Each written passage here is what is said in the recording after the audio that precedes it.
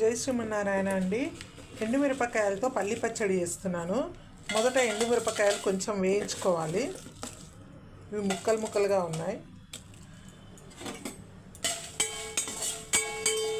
ఒక 10 ఎండుమిరపకాయలు ఉంటాయండి, 10 నుండి 12 వరకు అంతే.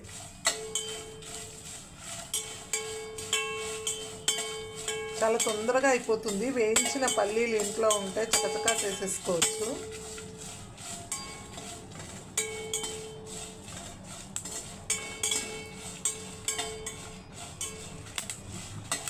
వేగిపోతున్నాయి.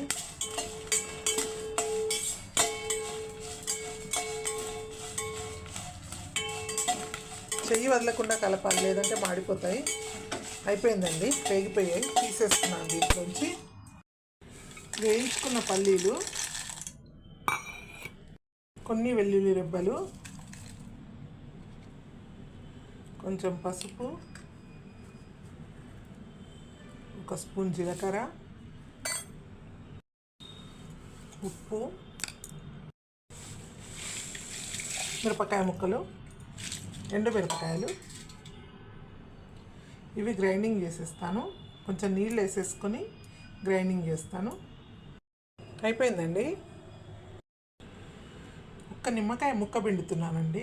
పులుపు కోసం దీంట్లో మనం చింతపండు వేసుకోలేదు కాబట్టి నిమ్మకాయ పిండేస్తున్నాను.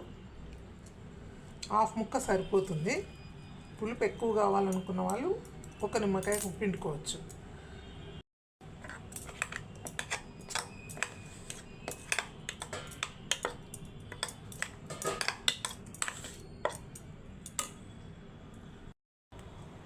పోపు వేస్తున్నాను.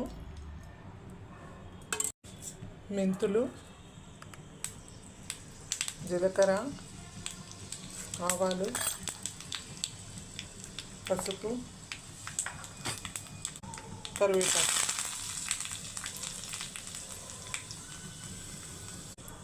పోపు రెడీ అండి.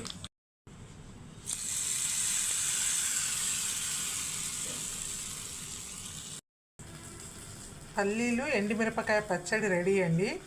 జై శ్రీమన్నారాయణ అందరికీ.